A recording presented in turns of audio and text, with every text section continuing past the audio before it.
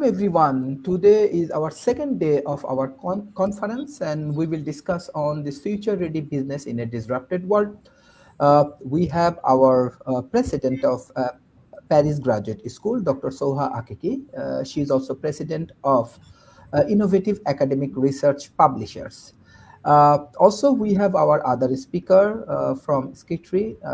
This is a very impactful tech companies from India, Conor Dixit.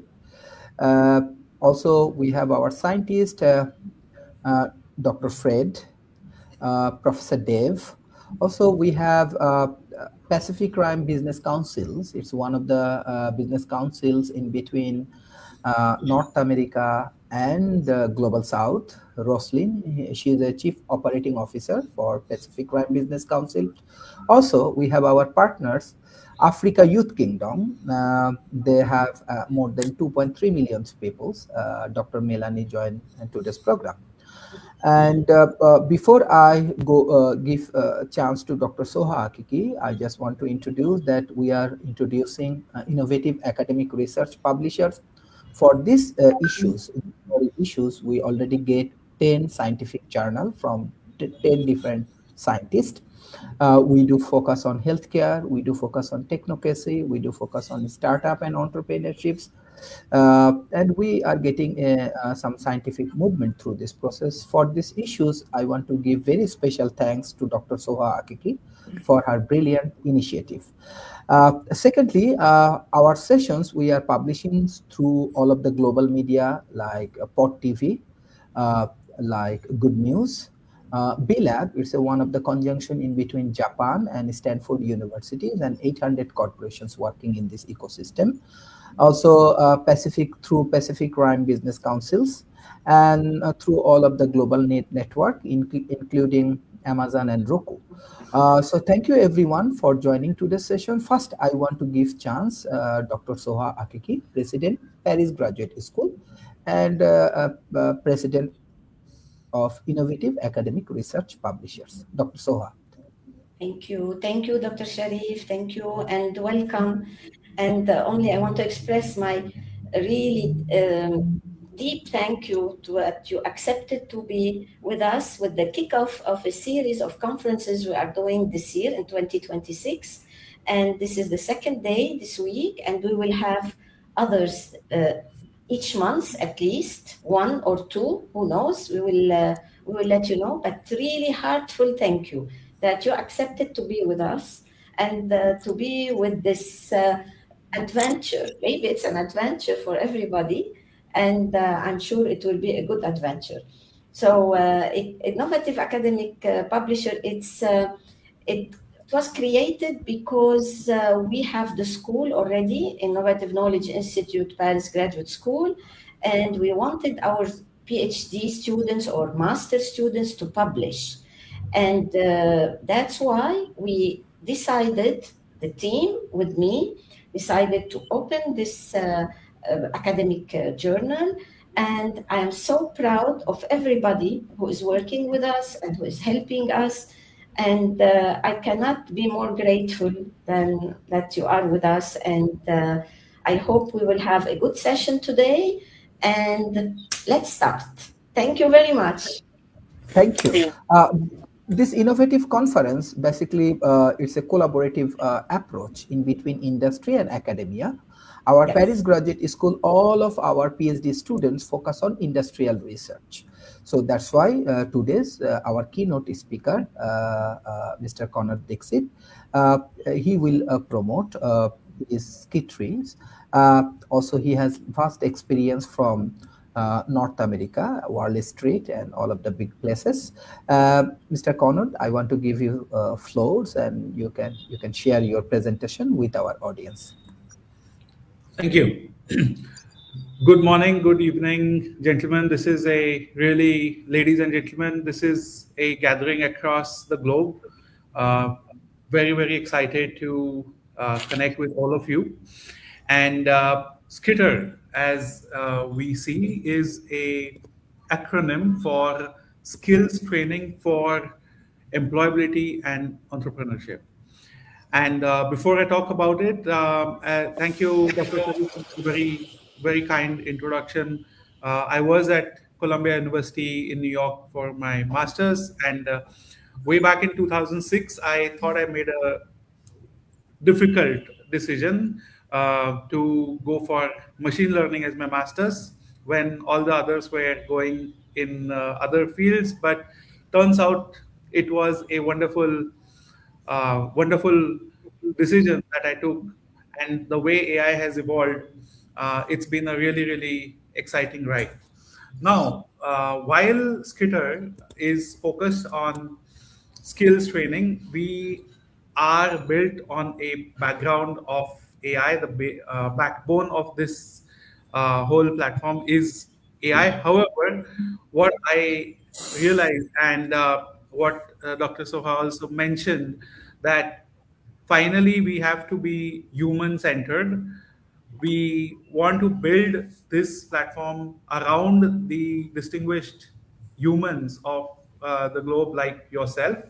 And I'll briefly speak about it as we go forward, and I'll also show one very exciting application about in the healthcare industry, which is into nursing training.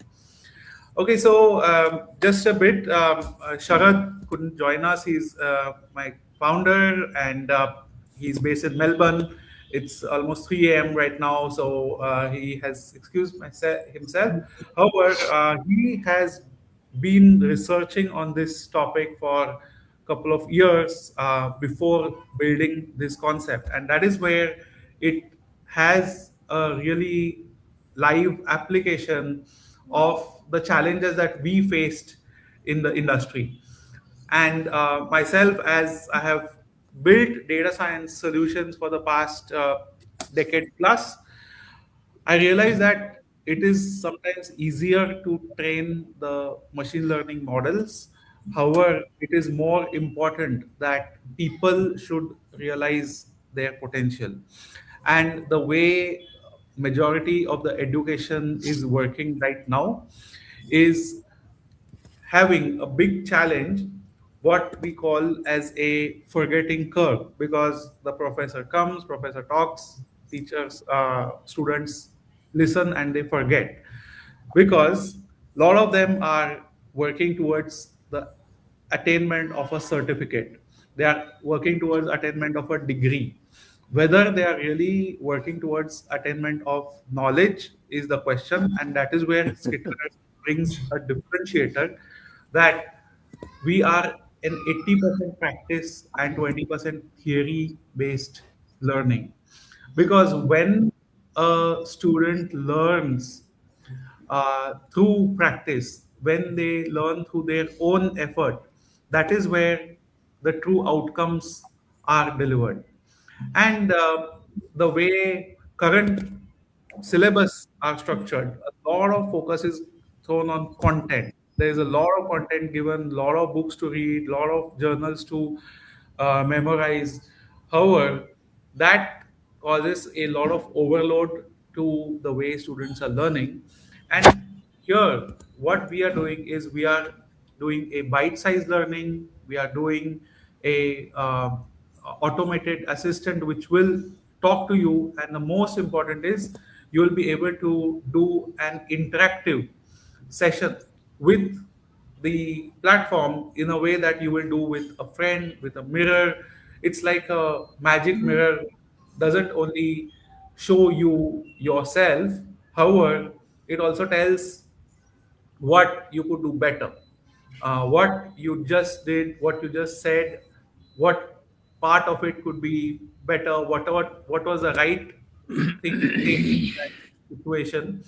And then build on that, we have many features, and the whole platform is built on personalized learning. So it starts with the assessment of what you know as a learner, what are your strengths, what are your improvement areas, and the whole course is then structured around you, and not structured around the university, not structured around the syllabus, but it is structured around the most important person, that is you.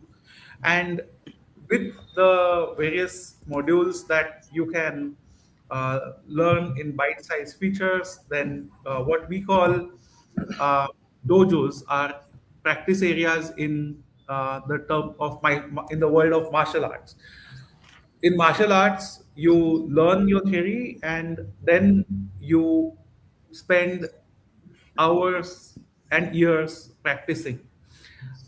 That's when you become perfect. That is when you become eligible for the fight. That is where you are able to fight and earn your medals, your accolades, and also in the real world. So that is where the AI agents that we have, they allow you to do this kind of a real world practice and outcome. When we say we are a platform focusing on employability, see, whether it was Wall Street or whether it was here in India hiring for some of the best institutions, we always faced a challenge that the resume of a person and the personality are two very different things. Now imagine if we merge both of them and say we do not go for paper resumes anymore, we do not go for say GPT curated resumes anymore, but everyone has a 60-second video resume, which is what we call skills, which is skill reels. You not only know and understand what that person is, but there are various aspects of the personality that can be deciphered in the analysis of their 60 seconds of speaking. So that is how we are connecting the dots. Finally, as this makes the learners employable, it also makes them great problem solvers because they have learned not the hard way but through a uh, very user friendly environment that they are learning in. All right, so just I'll now share an interesting use case of how this helps in the nursing training as well. And I'll be happy to address any questions before I make the switch. Any thing if you would like, I would be very, very happy to answer. As you are working with academia, so how student, let's say we are work for Paris Graduate School, how student can get support through your ecosystem to get the jobs or career ready program or so on? Absolutely. So for that, we have a program called Mission Employability. Mission Employability allows us to run a 6 weeks program in the campus. And in that 6 weeks program, students not only learn about the subject, the domain that they are specializing in, but they learn how to present themselves to an international audience.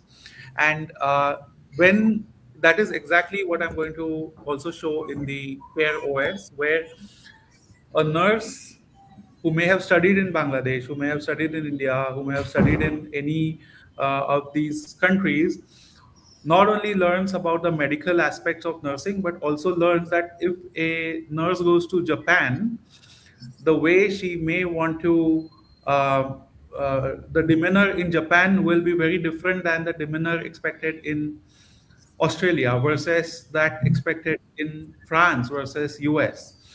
And those aspects are also covered in the program. It is completely focused towards making them employable in the region, in the geography that they like. Okay. Right. So as I and the way I'm showcasing a scenario for nurses, the same way there are many other scenarios. For example, we are also working on saving some dying arts and crafts of India. We have tied up with a NGO who has such art forms that have only like 10 artists remaining, and all of them are above age of 65. So all those use cases, Dr. Sharif, we will be able to and we'll be happy to discuss. But right now, let me focus on one area that we're solving, and I'm sure would love to connect with all of you to discuss further. Okay, so how this platform is built? Okay, that there's a big need across the world for trained nurses, and for nurses, the human interaction is the most important. We always assume that somebody has the medical knowledge, and there are a lot of tests, exams to evaluate that. The gap really exists on whether the nurse is able to execute on the ground with the environment that she is working in. Now, that's where this platform can be used. For example, let's say just in the Indian context, we have nurses having multiple exams that they get inundated with. The trainings about them are very inconsistent, and overall, none of them are really focusing on the culture readiness of the nurses. What it results in is a lot of churn. The employers really have to go back and forth. More than 100 resumes need to be scanned through, more than 100 nurses need to be evaluated to get one or two really good people on board.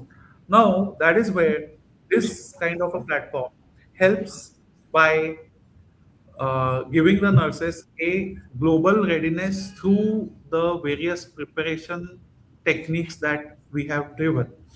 And why?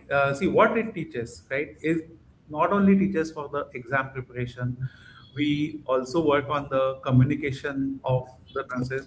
Very interesting aspect that we learned is some nurses are camera shy, and that's why they are not able to portray their skills in the interview or while discussing with the patients. That is where we also have some kind of a icebreaker modules, which is like listening only. So you can listen and talk. Once you're comfortable talking, you can talk on the video. Once you talk on the video, you can give some mock drills. And finally, when you're ready, that is where you interact with the live people. So you first learn, then you practice, simulate, we analyze or measure, and that is how you improve. And Dr. Soha, I hope this is striking a chord with what you mentioned and the vision of your university that you're building. Okay, so the whole journey starts from bite-sized learning, then it goes to immersive role plays, um, both all text, video, voice, and then you have simulated scenarios like I'm talking to a patient dealing with Alzheimer's, or talking to frustrated patients who have been waiting and not getting their insurance claims settled. So all these kind of immersive scenarios we have in the pipeline, and finally, what you see is a very confident person coming out of this whole training after about 3 months of rigorous engagement. Yeah, so overall, that's where we want to go global. We are already getting demand from Germany. We recently trained a batch of 20 nurses who are now all set to apply for various German hospitals. There is a lot of interest that we are seeing from the GCC countries. Likewise, there is all the European countries that Sharad himself is in Australia, and we are in talks with the Australian government. Japan is a market. Dr. Sharif, uh, we recently talked, and we are really excited of how we can unlock doors in Japan. But sky is the limit, and most importantly, the outcomes. What we are trying to deliver is the results of the field and actual impacting of lives through theater. So I'm more than happy to answer any questions from such I, a immensely talented set of people that I'm speaking to. Roslyn, I think you have some question. You raise your hands. Yeah, Uh, yeah. she's from Pacific Rim Business Council, and she is a chief operating officer for PRBC, one of the largest forum from North America. Yeah. Wonderful. Hello, everybody. So nice to Hello. meet you. My name is Rosalind. Currently I'm in Nairobi, Kenya, that is in Africa. It's really nice to meet all of you. I'm really happy to be here. Actually, I'm really happy that you mentioned about your program because me and Dr. Sharif, we are launching another program we call Pacific Digital Apprenticeship Program, which is meant to equip youths with digital skills, but to help members from our ecosystem. So my question is, and I think after this call, I might maybe the next meeting I'll present our program so that all of you can understand because our program is meant to bridge the gap between we have so many founders around the world, but one thing that makes it hard, founders get stalled growth, not because they have weak ideas, but because they can't afford full operational teams across critical business functions. That has been a problem. And on the other end, high potential digital talent and technical professions lack structured and real world execution. So my program is to make sure that we bridge that gap. We train the youths, and they and now the founders get affordable work execution. So my question was, do you assist your students to connect with organizations or ecosystem that can get so that they can get employed? Because your program, Absolutely. yeah, Absolutely. See, and Skitter, the E stands for employability. And okay, as I said, it's skills training for employability and entrepreneurship. And exactly what I would love to share with you is this is how we create these video resumes, and we have created a complete portal called Hire Skills, which will help organizations to connect with students, learners, evaluate them, put their job postings, match the same with match students 60 seconds resume with what they need, and choose whether or who is the best fit for them.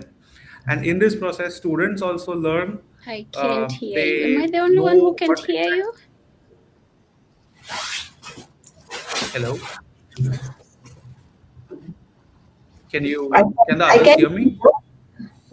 I can hear you, Yeah, I can hear you. but maybe she has to log in again, like Yes. Yeah. happened to me. Mm. Dr. Soha, as you have many students in Paris Graduate School, do you have any questions for these tech And companies? I Or will. I was going to ask him to share the website. Mhm, mhm. Like Sure, this, I sure. prefer going and reading quietly. Yes, it's very Yeah. interesting. Yeah, yeah. So, Dr. Soha, we have deliberately kept the website a bit low key Okay. because we are mostly B2B. However, we'll be happy to set up a detailed demo and Okay. even walk you through some of the features that we just talked about. Mhm. Okay. Rosalind, can Sure. you hear me now? Yeah, Or maybe I think Rosalind she's joining again. is just dropped. Mr. Conrad, I will give you floor. Now we have our other scientist and expert from this panel. First, I would like to give chance Mr. Fred, then Mr. Dave, and then Jiri. Mr. Fred, yeah. Well, I like the direction you're taking that maximizes the person involved in education instead of a blanket program where everybody fits the block in the wall you seek out the knowledge each person has and concentrate your focus on developing that.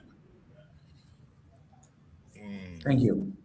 Through the resumes, analytics reports, curriculum style mirrors my attitudes from early on about where our education is lacking. The other part is about how we implement this in a worldwide level between nations, trying to overcome the language barriers and institute the same kind of programs, interact with their educational systems and showing them the same ideas overall. Thank you. Thank you. Thank you. Professor Dave, you want to add any point? Yes. And I know you have your own books. Can you unmute yourself?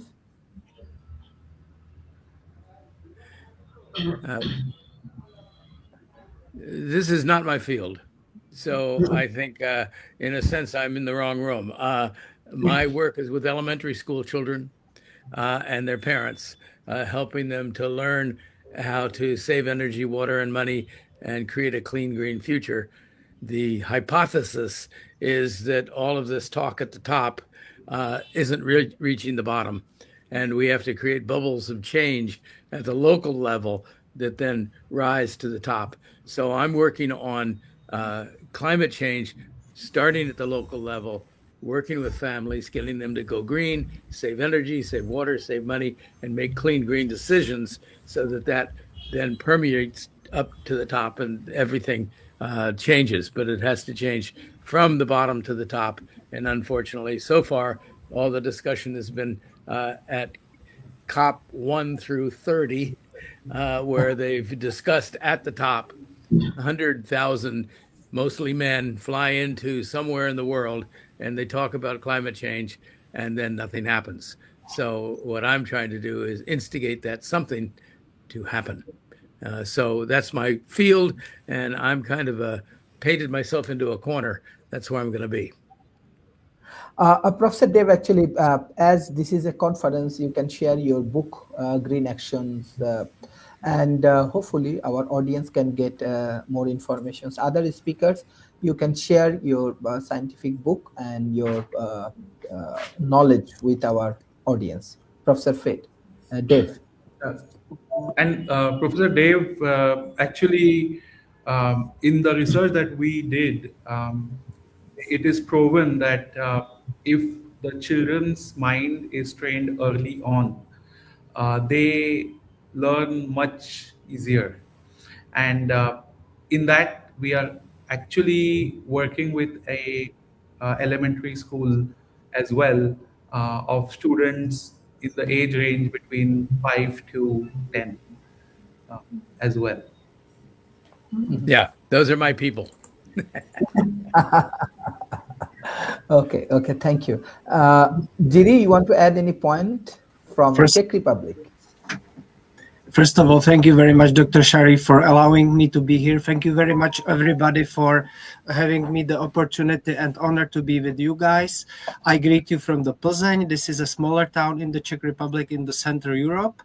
And I myself am a teacher by origin. I have been teaching English language for 30 years. However, recently I have started building communities, and I do online business customized communities. So put a question to you. Do you have a community, or are you building a community around people who are interesting and important for your project at the moment? Ask yourself this question, and I would be happy to share with you about these topics, and not only these topics in the future, and meet everybody here, because I'm listening to everybody and it's very interesting. Thank you for being here. Absolutely. So, very pleasure meeting you.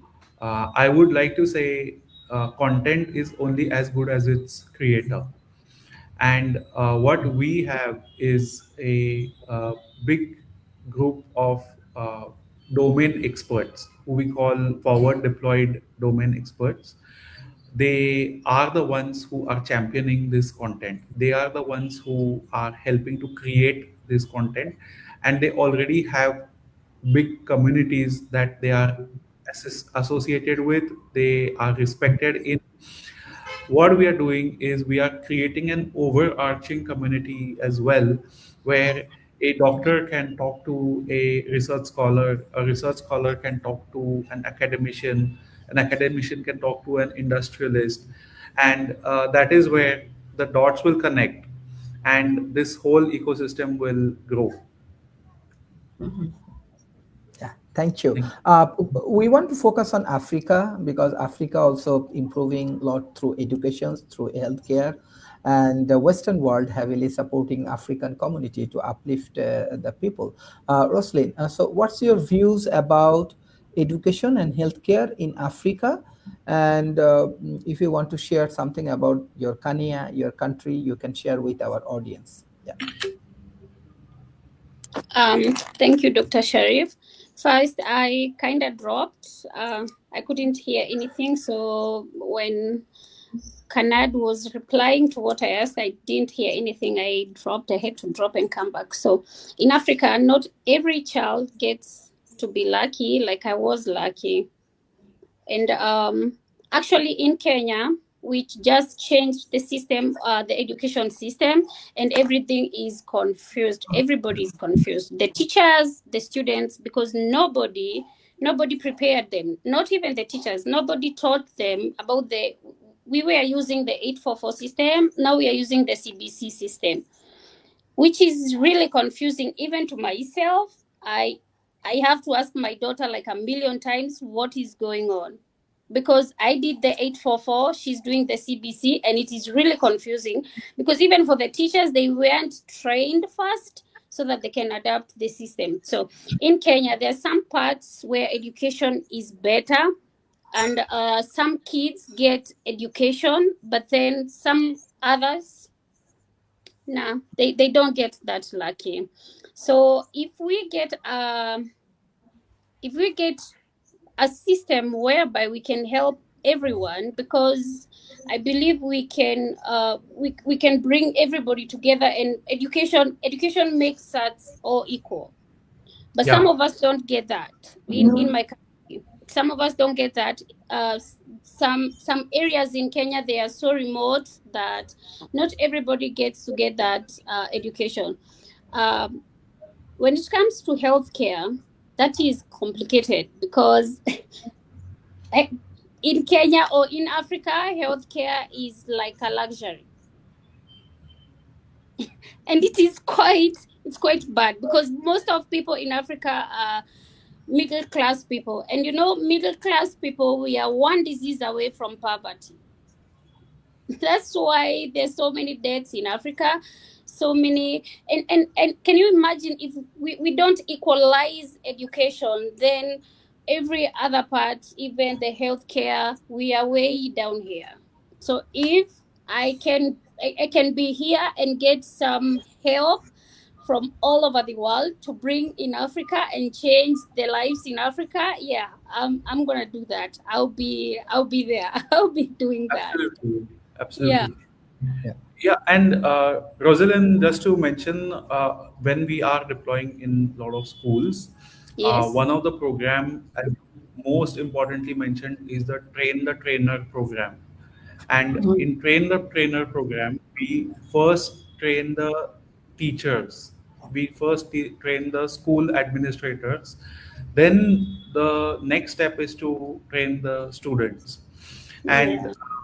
that is where, to avoid some of the confusing outcomes, what we have is we have some very structured reports as well, that are created. As today we were focusing on hospitals, that we exactly know what it is that is going to be measured, and Yeah. what are the outcomes that are going to be, what are we going to measure outcomes on? Is it communication? Is it decision making? Is it something else, behavioral traits? And you're very right that what needs to be measured needs to be first taught, and when the trainers learn, then that is where they are able to train the kids, and that is where the parents see the outcomes. Otherwise, as you rightly said, it is more chaos than any correct learning. Yeah, true. I need to say something, but don't forget that with the national education, we have to check with the ministry. We cannot do anything we want. That's the problem, which means Yeah. we can work with you, we can do agreements with you, whatever you want. But if the Ministry of Education doesn't agree, which means the work will be useless at the end. That's it. You have to be careful about your ministry before, because even for us here, we are private institutions, but we have quality assessment, even if we are quality, and we are higher education. So what about the kids? The kids, they are more important, because it's from the lower level to go to the upper level. As Dave was saying, it's very important that we have to be careful about our kids. So I don't know. Maybe we have to talk with the ministry, no? Or maybe Yeah. Canada, maybe if you can have a contact with the Ministry of Yeah, Education, that would be absolutely. helpful. Yeah. Yeah, Yeah. you're Thank very you.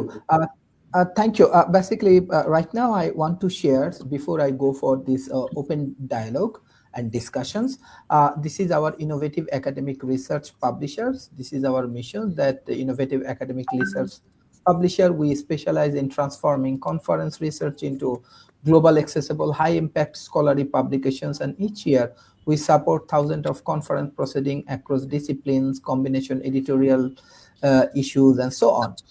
So here some of our scientific papers.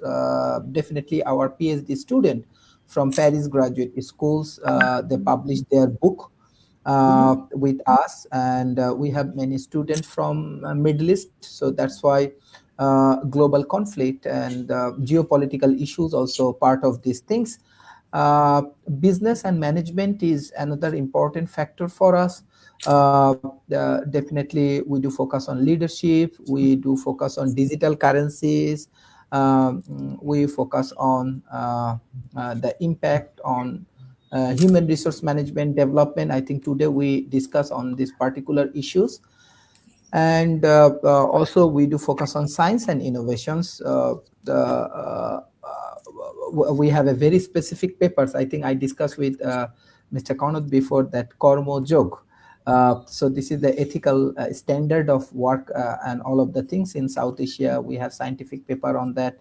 Also the agricultural innovations and Japan studies. We have research paper on artificial intelligence and so on. Also for our today's sessions, we do focus on technocracies and all of the things. Now, before I go for this open discussions and all of the discussions in between our speakers, I just want to share the model, that how our scientific innovations and our scientific papers and all of the things we are applying uh, in Bangladesh right now.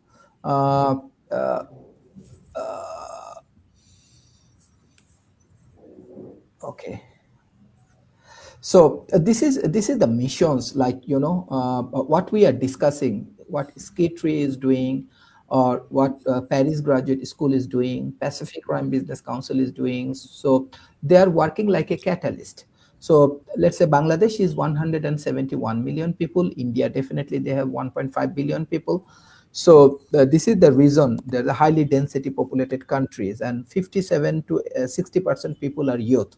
So for that particular issues in our through our research, we identify catalyst is an approach. By this way, we can create a synergies in between entrepreneur, academy, financial institutions, corporations, and governments. And in the present world, we are transforming our ecosystem with modern science, engineering, and technologies. And if you see the WIPO Global Innovation Index, right now our situation is 105. We are increasing innovations through capacity buildings. We are proposing through our research, we can go for innovative economy, and by this way we can create more job opportunity. Also we can strengthen the entrepreneurial ecosystem. and what the specific Rhyme Business Council and all of the institutions are doing.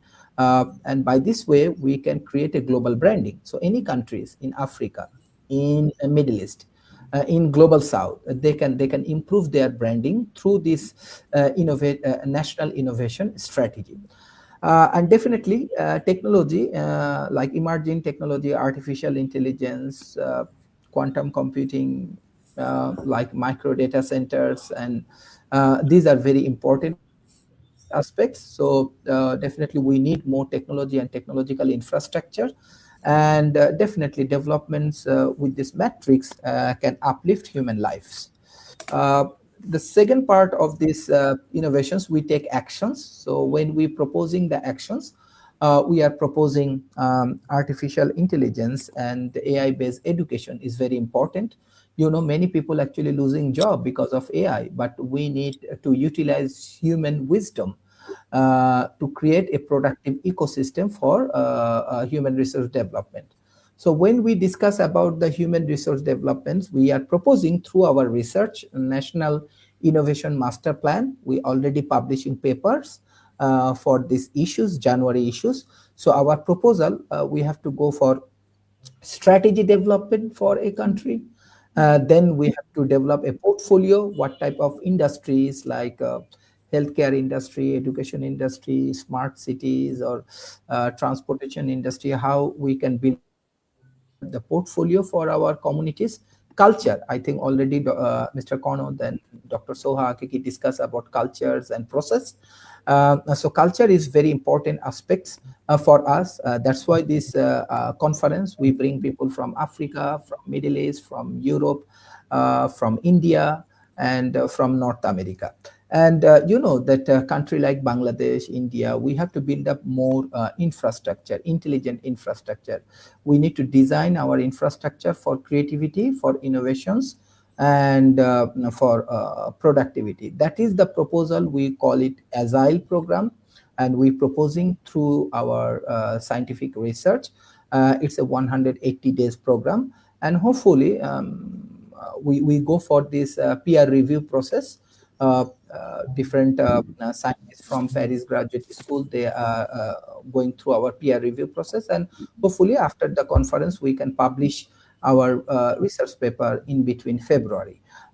So if you have any questions or anything about this innovative academic research publishers, I'm happy to do that.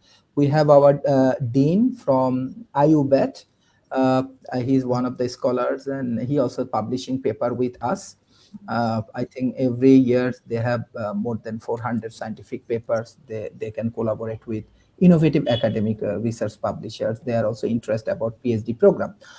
So that's all about our conference, scientific research paper publications. I directly want to go for Dr. Shohidullah Mia. Can you hear me? Dr. Shohidullah Mia. Yes, yes. I'm listening to the seminar. Yes, no Yes, problem. Professor. Yeah, Professor, if you want to add some point about research and research. Oh, our university, I'd like to mention that the university conducting research in different discipline, especially computer science discipline, and also we are working. I am from agriculture discipline, and we are working on. The Bangladesh is a revolution of the textile sector. The textile sector is a very uh, growing steps. Due to the growing steps, the textile sector uh, releasing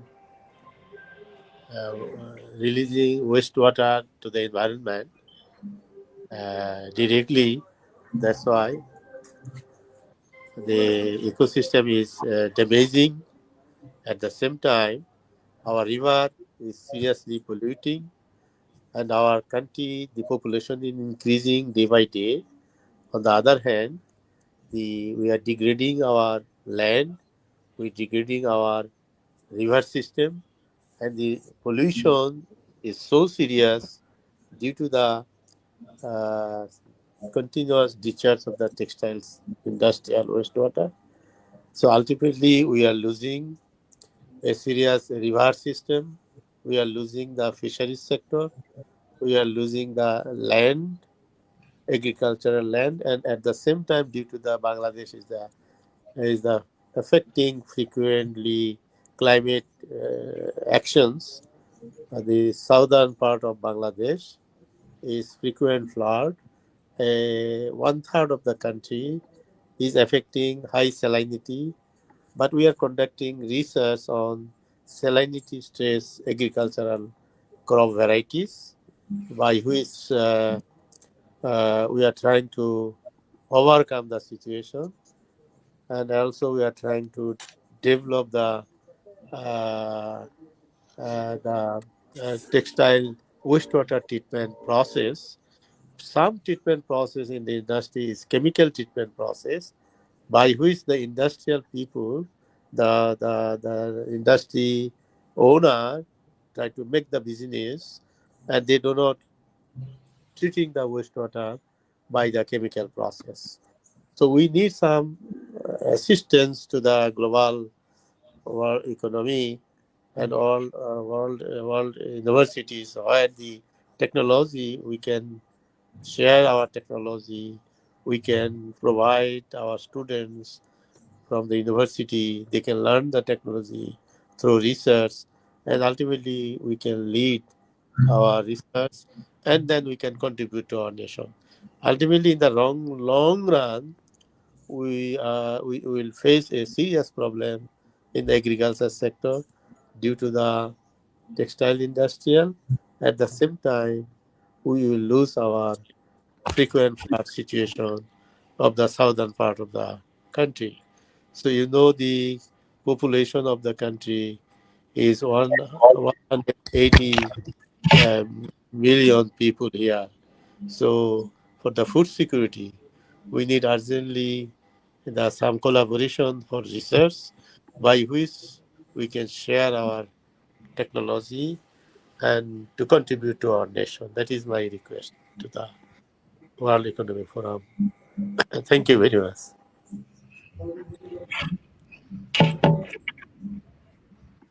Thank you, Professor. We want to welcome more research paper from IUBET. I know that you are publishing lots of research papers and you are one of the great scholars. And we are publishing another 11 issues next 11 months. So if you need any cooperation and support to publishing research paper, we are happy to support your university and collaborate with you. I directly want to go for these open discussions. Mr. Conrad, are you with me, or Mr. Fred? Yeah, Yeah. yeah. I'm there.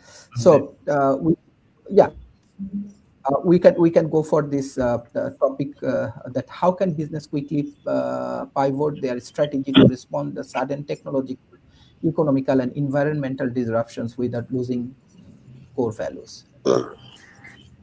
Sure. So I'm really glad that you mentioned the core values, and because those are the main structure around which the organization is built. Now, all the other facts, there are so many changes that are coming up in every sector. You name it. It may be manufacturing, whether it is going to EVs, or whether it is education, or whether it is any science and research or healthcare. Um, and that all while all this change is happening, we need a path or a someone to help in walking the path of the change, because the most important roadblock to changing is the process of unlearning. And in that, if we are having a that is where I will again say platform like Skitter, which allows you to practice into the new areas that you're getting into without the fear of failing in front of everyone, without the fear of losing your confidence. That really gives a big boost. Yeah, thank you, Mr. Fred. Well, his idea of inclusion is very important here because we're dealing with different cultures and different values. Like you said, keeping your core value. We're talking about becoming unlocalized and going into a world forum where we share these ideas and these values with other countries, somehow managing to get past the language barrier and directing, like you said, towards younger people, education starting at an earlier age, that we can follow through. And this affects having businesses that said are, instead of having an overall educational system that tries to teach everything to everybody, we start at an earlier age and direct them to what those people are good at. Children who see things differently than adults do, and trying to concentrate on encouraging emphasis on what they do best, rather than subjecting everybody to the same ideas and constructs. We realize the dialogue between the older and the younger generations, because the younger generations are the people of tomorrow that are going to be making these decisions for us. When we become a world economy, when you value what you're building in one place and trying to see another place where they're building a little bit differently and incorporating both ideas together on a world stage. Thank you. Dr. Soha, do you have any? Yes. To be honest, it's feasible. Yes, we can. We can keep our core value and try to adapt to the situation. It's especially nowadays, we are facing this now. We are in a moment of the economic life, which everything is changing. It's unbelievable. But we are still working, and we are still attracting students for our business. Maybe for other companies is for their products, but for our business, we are still attracting human beings. So, which means our core value are respected, and they are still accepting our value with the changing, with the macro environment changing. It's we need to adapt anyway. Adaptation is a sign of intelligence. We have to adapt. If we don't adapt, we are dead. So we have to adapt and to continue giving our message. That's very important, especially with education. Education is not any business. It's a very important business, which is we are working with our future generation. So this is very important. It's not like any product. It's a mission, education. It's showing that core values have to be adaptable. Exactly, yes, we have to. They have to change along with what we learn. Yeah. For example, a few years ago, I was still a student. We never talked about sustainability, about green energy, nothing. And we had to accept it and learn it after, because we have to. Full stop. It's how can we change it? This is another philosophical subject for students in the high school. How can we change if we have to learn this? The students can say no if they are in this topic, in this business or whatever, in this major. They have to do it if it's included in the curriculum. We have to listen to the voices outside the curriculum. Yes. The students that haven't learned yet, they're people. I have people ask questions all the time about this or that, and it shows that they're not always following what we might regard as fundamental principles. Yeah. They're incorporating the ideas in the future into what comes on today. You see, we have to change our curriculum. You see, 2 years later, sometimes it becomes obsolete. We have to rechange. There's the adaptability. Yes. Yes. to the needs of the market, because when you are in higher education you have to adapt to the market as well, because we want the students to be employable after. If they are not, it's useless. Why are they studying? Exactly.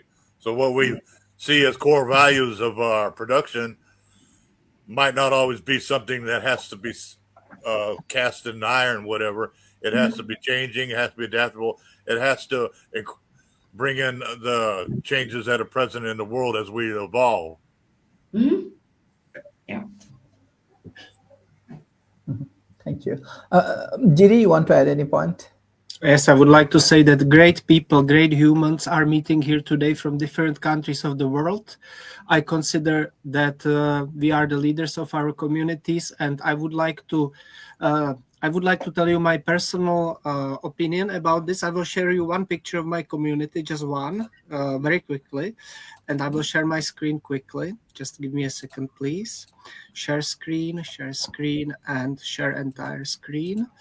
And here you can see that I have a small community. I will just share it now, of business people. Yes. So we are meeting every month. For 15 years, we have been meeting. And if our communities, now I will stop sharing, if our communities around the world connect, we connect our communities around the world, and maybe even go one step further, help AI as our assistant and helper to help us build communities, connect those communities together globally, I think we can make a better world. This is my idea to answer your question, Dr. Sharif. Thank you. Professor Shohidullah Mia, can you hear me, Professor? Yes. Yes, if you can open your camera. What skill and mindset should organization cultivate in their workforce to ensure resilience and innovation in a rapidly changing global market? And if you share, as you have around 9,000 students in IUBAT, and you have student every corner of Bangladesh. So how you want to analyze this point, and how you want to share your experience with our audience? Yeah.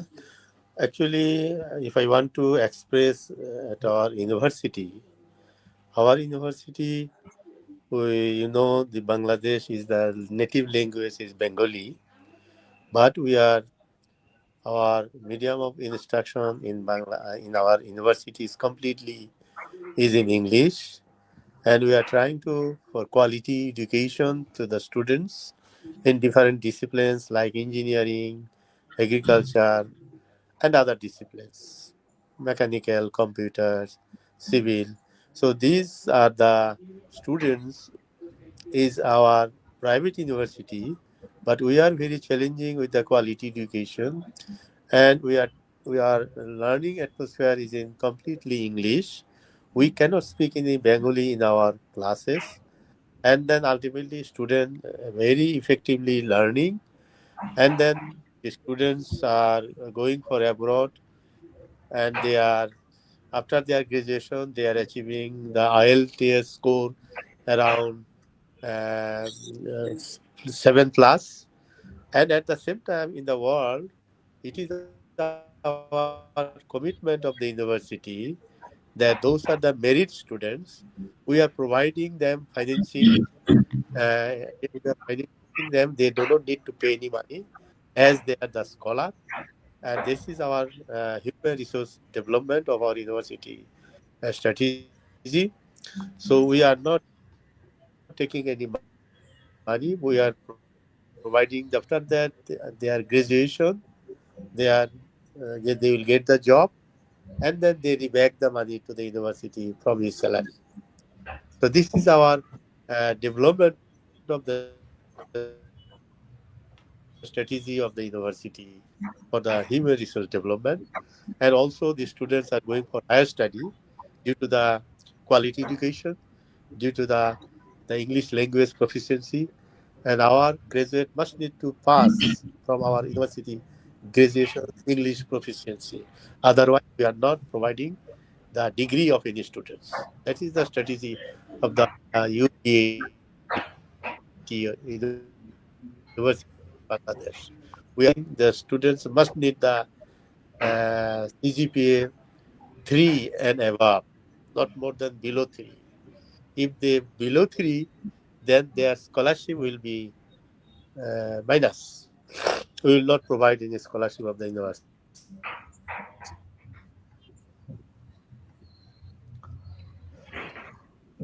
Thank you, Professor. I So have in to go this for way, the. we are not making any business Mhm. of this university. We are trying to research development. That is our views of the university.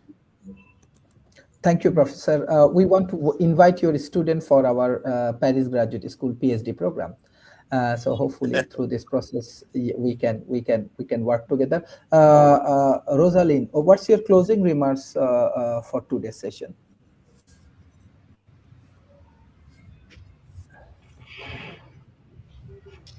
Can you unmute, please? You are mute, Rosalie. You are mute. Cannot hear you. Okay.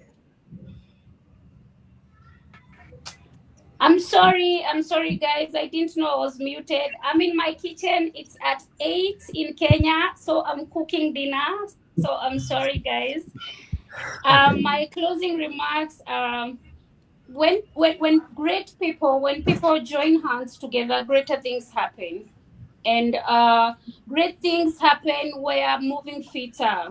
Okay, so if we combine our expertise, we combine our culture, Sharif, your culture, my culture in Africa, and we find a way to integrate how everything together with how great we are, we can change things. That's what I believe. Yes.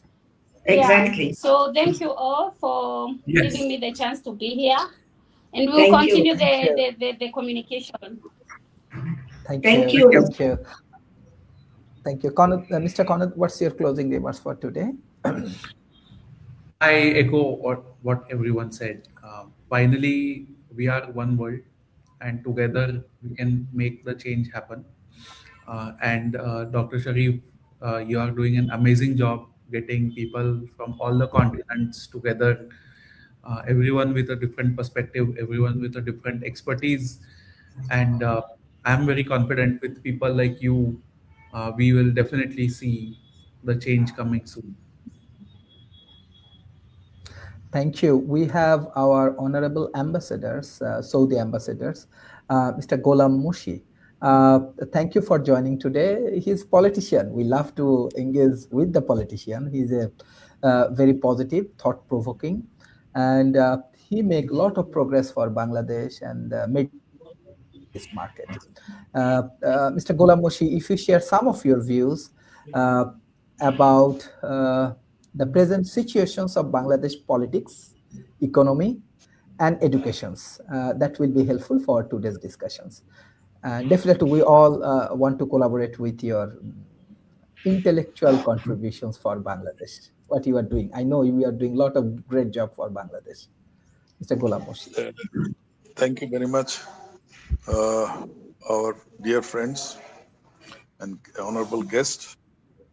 Uh, I served as Bangladesh ambassador to Saudi Arabia for almost nearly 6 years, from 2015 to 2020, and also represented Bangladesh in the OIC as well as Islamic Development Bank. And previously, I used to work for multinational oil companies, British Petroleum and Total Oil. And so you can say jack of all trade, master of none.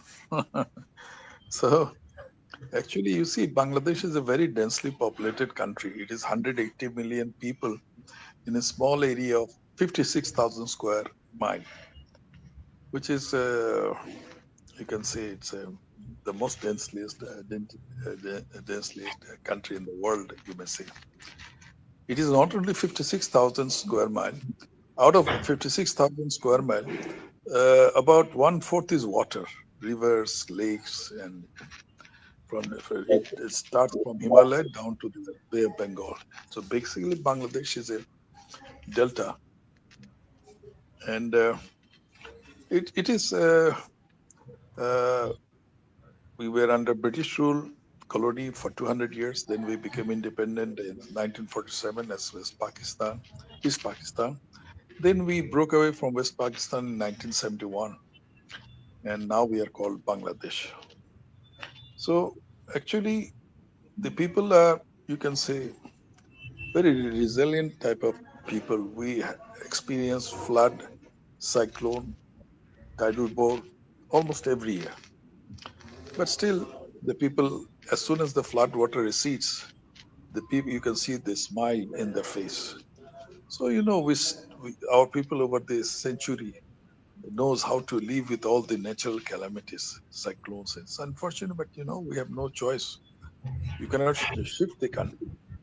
So, but anyway, the people are happy. Economy is challenging, especially in the last few years because of world geopolitics.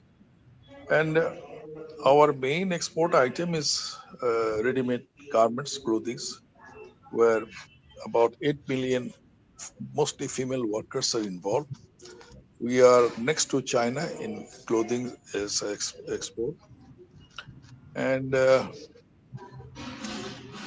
other than that, our traditional export item was jute, which is used to be used for second, but that is almost over. So clothing is our main item. And the economy has been mainly based on remittance by our expatriate workers, which our Bangladeshi workers, around 10 million, are working abroad, mainly in the Middle East countries, Europe, and other countries. So their remittance, which is around to $25 billion officially, unofficially it reaches 35 to $40 billion. It has kept our economy running. So it's not we we have very little natural resources, small gas reserve, and uh, we can say that uh,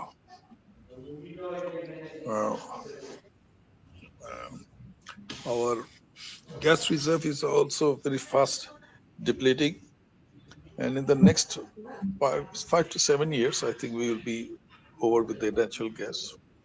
So we are not going to have easy time. It is going to be very challenging in the coming years. Politically, we are, you know,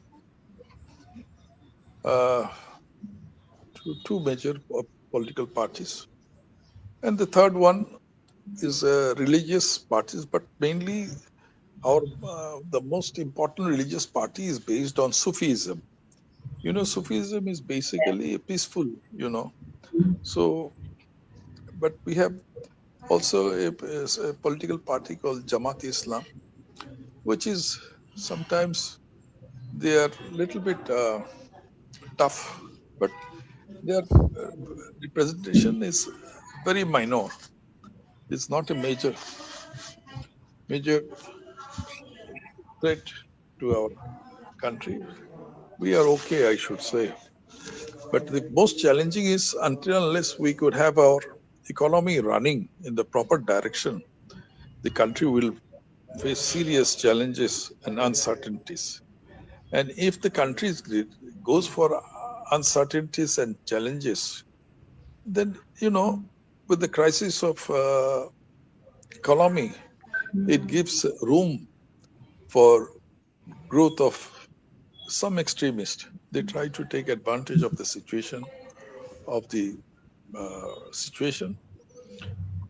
So it has to be contained, no doubt. So in any case, we have to improve our economy, our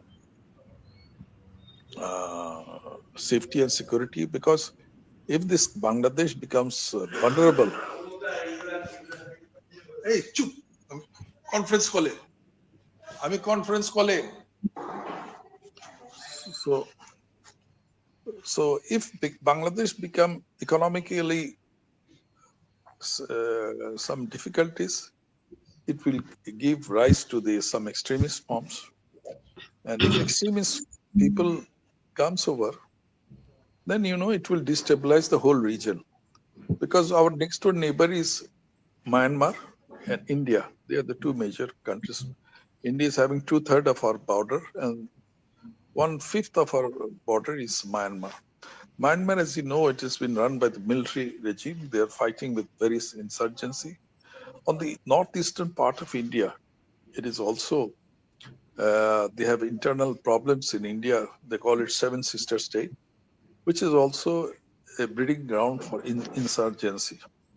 So, in any case, Bangladesh should have a stable economy, a stable government, and they, I should say, must ensure the country runs in the right direction so that there is the political situation in this country is stable. The government should give good governance, sure good governance and stability.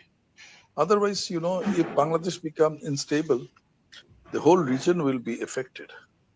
India will have a very tough time ensuring that regarding the security of their own country, as well as Myanmar, as you know, some problems is going on with the Myanmar military regime and the some local population, and so Bangladesh have to be. In any case, we must develop our economy is to be on a strong foundation to ensure the peace and stability, not inside the country of Bangladesh, but for the whole region. And that is the general scenario of the country of Bangladesh.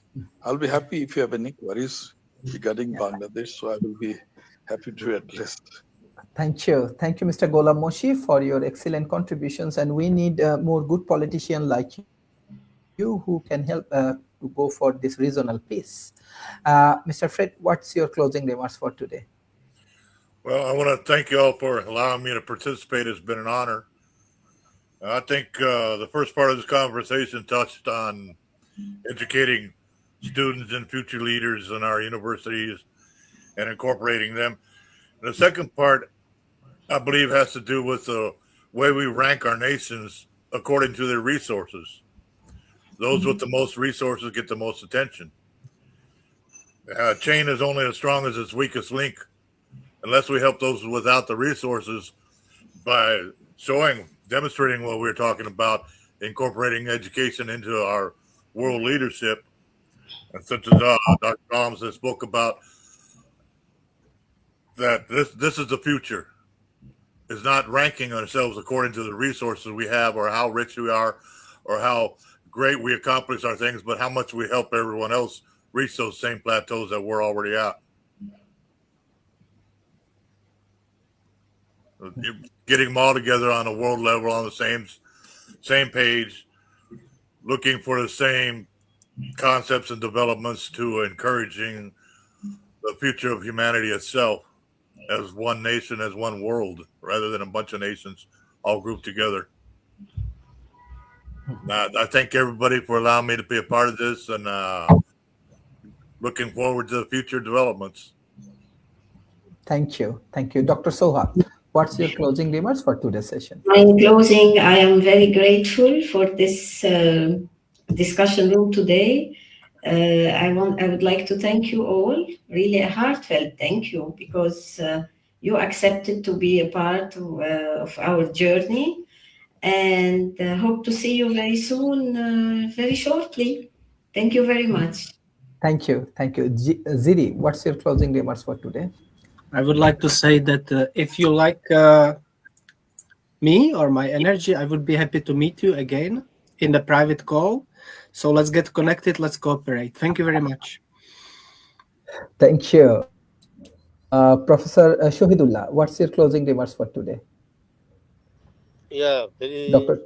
very glad, Dr. Rana, because we can express our situation of the Bangladesh, and we can express our university situation, and also we can express the need of the research of Bangladesh. So we are very thankful to you for kindly inviting me in this session. Thank you very much. Thank you. Mr. Golam Moshi, what's your closing remarks and what you want to share? I think the most important thing is, the cooperation and collaboration between the West and the developing countries like Bangladesh should be more,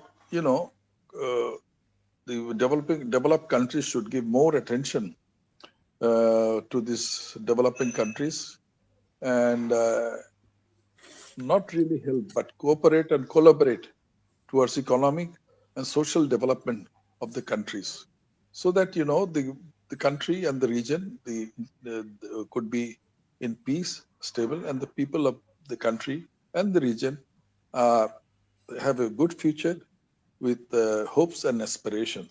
That's the most important thing.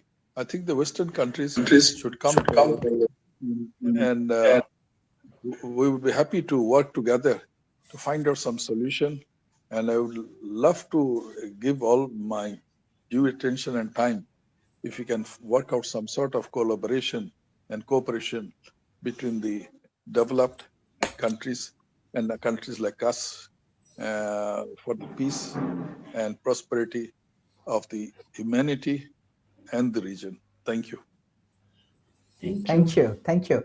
I want to give thanks to all of our speakers last 2 days conference from Stanford University, from NASA, from Silicon Valley large corporations to India, from Africa, from South America, from Europe, from Middle East, from Bangladesh. Everybody joins. That is the beauty, right? I call it talent economy. In the talent economy, each and everyone is the owner of the talent economy. It's not my individual company. This is the ownerships. You own it, we collaborate, and we do for work. And I'm very happy that in these 2 conferences, politicians, corporations, academia, everybody come together, innovators come together, and they are working together for scientific journal. They are working together for innovative solutions for education, healthcare, and urban planning. And we are working together for a better future. That is the beauty of this Innovative Academic Research Publishers Conference. So I want to give thanks to everyone, those who support this conference. We will organize more, and hopefully not only online, with the leadership of Dr. Soha, maybe in offline, we can get together in Paris, and we can do more collaborations and partnerships. And maybe we can do it in India, in Europe, and in Bangladesh, and in USA, and everywhere. So thank you everyone for joining today's sessions. I think soon we are publishing our issues, and we will share our issue with all of our audience. And thank you, audience, how I get support through you. I find that it's very energetic. And again, another thing, modern science, engineering, and technology is the way how we can improve our life. So, and definitely global north and global south, we can work together based on our knowledge economy. And I call it talent economy, because we need talent. So whatever the things is happening with artificial intelligence, with quantum computing and AI, human and human wisdom is the most important and valuable asset for us. Hopefully through this process, we can gain more success and progress. I request all of our audience, please share our content. This is very, very high quality content we produced last 2 days. When I talked with Dr. Soha, I said that why don't we build world next Stanford? She laughed at me. and I think you can get all of the inside of Silicon Valley, Stanford, and India, and IIT, and all of the great things. So it's possible. If we have a dream, you can hard work, and you have honesty, the whole world gonna support you. So that is the way. So maybe we are building world next Stanford or Harvard through all of your contributions. It's a Thank you, teamwork. everyone. It's a teamwork. Yeah. Okay. Yeah, definitely teamwork. Thank you, everyone. Thank you. Thank Bye-bye, you. and take care. Thank you. Bye. Bye. Bye. Bye.